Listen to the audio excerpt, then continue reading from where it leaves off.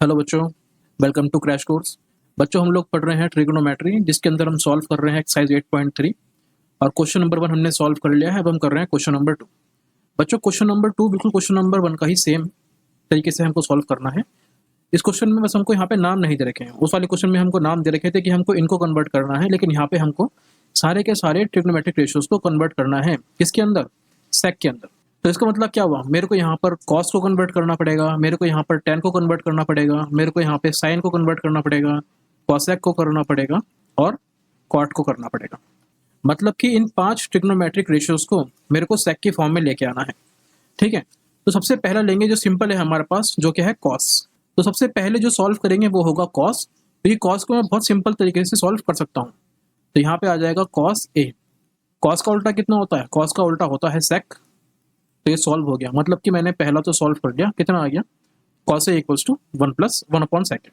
ठीक है, अब मैं दूसरा फाइंड कर रहा हूँ टेन ए। अब हम लोगों ने एक आइडेंटिटी पढ़ी थी, जो क्या थी मेरे पास? वो थी मेरे पास 1 plus tan square A is equals to sec square A. देखो 10 के अंदर सेक आ रहा है, मतलब कि अगर मैं स्क्वायर वगैरह हटा दूंगा यहाँ से तो ये सेक की फॉर्म में आ सकता है।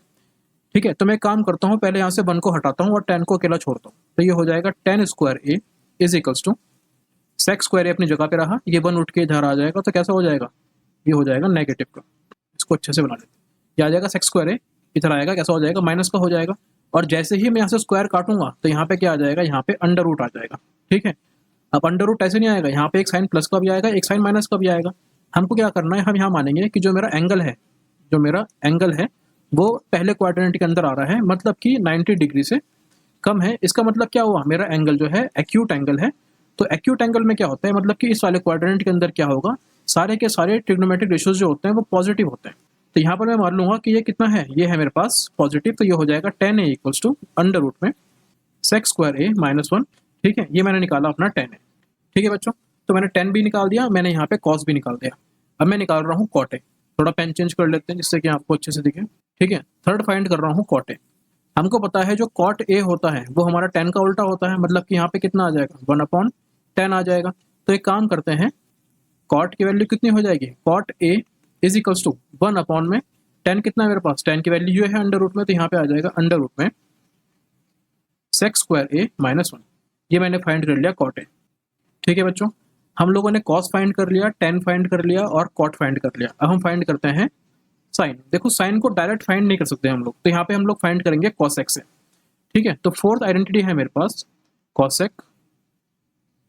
थीटा फाइंड करते हैं, सॉरी कॉसेक ए है यहाँ पे, तो कॉसेक ए फाइंड करते हैं।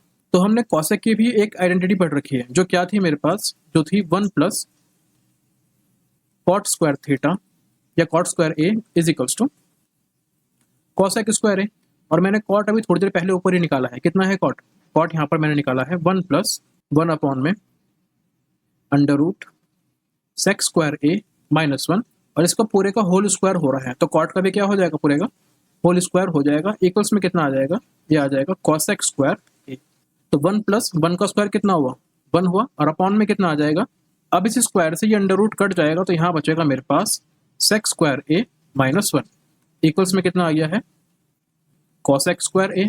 तो यहाँ पे लेंगे एलसीएम, तो ये आ जाएगा सेक square A minus 1 plus 1 upon में सेक स्क्वायर ए माइनस 1। देखो इस वाले माइनस 1 से ये प्लस 1 कैंसिल आउट हो जाएगा। इक्वल्स पे कितना चल रहा था? यहाँ पे चल रहा है कॉसेक स्क्वायर ए। ठीक है, तो जो बचा हुआ है उसको उतार लेते हैं, तो ये आ जाएगा सेक स्क्वायर ए अपॉन में sec square A minus 1 is equals to cosec square A. ठीक है, जैसे मैं यहाँ से स्क्वायर को काटूंगा, यहाँ पे क्या आ जाएगा? यहाँ पर एक अंडर रूट आ जाएगा, जिसके पास एक प्लस होगा और एक माइनस होगा। क्योंकि स्क्वायर काटा है तो 2 साइन आ जाएंगे, लेकिन हमको पता है कि हमारा एंगल जो है वो एक्यूट एंगल है, तो हम सिर्फ प्लस साइन को ही कंसिडर करेंगे। ठीक है, बाकी स्टेप में यहाँ पे नीचे कर लेता हूँ। तो यहाँ पे आ जाएगा cosec A is equals to under root में सेक स्क्वायर ए अपॉन में सेक स्क्वायर ए माइनस 1। ठीक है, अब देखो ये जो ऊपर वाला सेक स्क्वायर ए है, ये क्या होगा? ये अंडर रूट के बाहर आ जाएगा, लेकिन नीचे वाला नहीं आ पाएगा। तो इसको मैं जब सॉल्व करूंगा तो ये इस तरह सॉल्व हो जाएगा। Cosec A is equals to, ये तो बाहर आ जाएगा, तो बाहर कितना बचेगा? ये बचेगा सिर्फ सेक ए, अपॉन में कितना आ जाएगा? अंडर रूट का सेक स्क्वायर ए माइनस 1। ठीक है, तो मैंने यहाँ से कॉसेक को भी सेक के टर्म में लेकर आ गया। अब मेरे को किसको लेके आना है? अब मेरे को लेके आना है साइन को। पहले इसको बॉक्स के अंदर बंद कर देते हैं, ठीक है। अब लेके आता हूँ साइन को। हमको पता है साइन किसका उल्टा होता है? साइन उल्टा होता है हमारे पास 1/cosec a का। तो इसका उल्टा कर देंगे बस। अगर मेरे को साइन की वैल्यू फाइंड करनी है तो इसका उल्टा कर देंगे। ये अंडर रूट ऊपर चला जाएगा इस तरीके से, ये आ जाएगा सेक स्क्वायर a -1 और अपॉन में आ जाएगा मेरे पास सेक।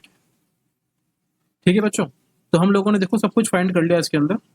ये क्वेश्चन थोड़ा सा डिफिकल्ट तो खैर नहीं कहेंगे इसको, लेकिन हल्का सा कॉम्प्लिकेटेड क्वेश्चन था जिसके अंदर आपको बहुत सारे चेंजेस करने थे, ठीक है। लेकिन बच्चों ये ऐसा क्वेश्चन है, अगर आपने इसको खुद को सॉल्व करना है तो आपको 2-3 बार तो इस क्वेश्चन को सॉल्व करना पड़ेगा, ठीक है, क्योंकि तभी आप इसको सॉल्व कर सकेंगे। क्योंकि यहाँ पे आपको समझना पड़ेगा कि मैं सेक को कैसे सॉल्व कर रहा हूँ, अंडर रूट में कैसे कैसे मैं इसको सॉल्व कर रहा हूँ, ठीक है।